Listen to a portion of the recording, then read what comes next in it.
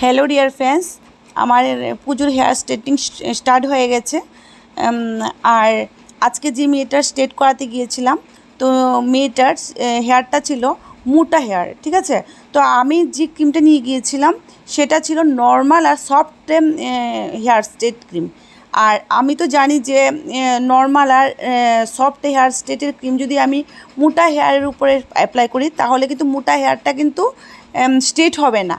আবার দেখা যাচ্ছে যে মোটা হেয়ারের ক্রিমটা যদি সফট এবং নর্মাল চুলের উপরে অ্যাপ্লাই করি তাহলে কিন্তু সফট হেয়ারটা মোটা হেয়ারের ক্রিমের কারণে জ্বলে যাবে আর পড়ে যাবে আর মাথা একদম টাকলা হয়ে যাবে, ঠিক আছে।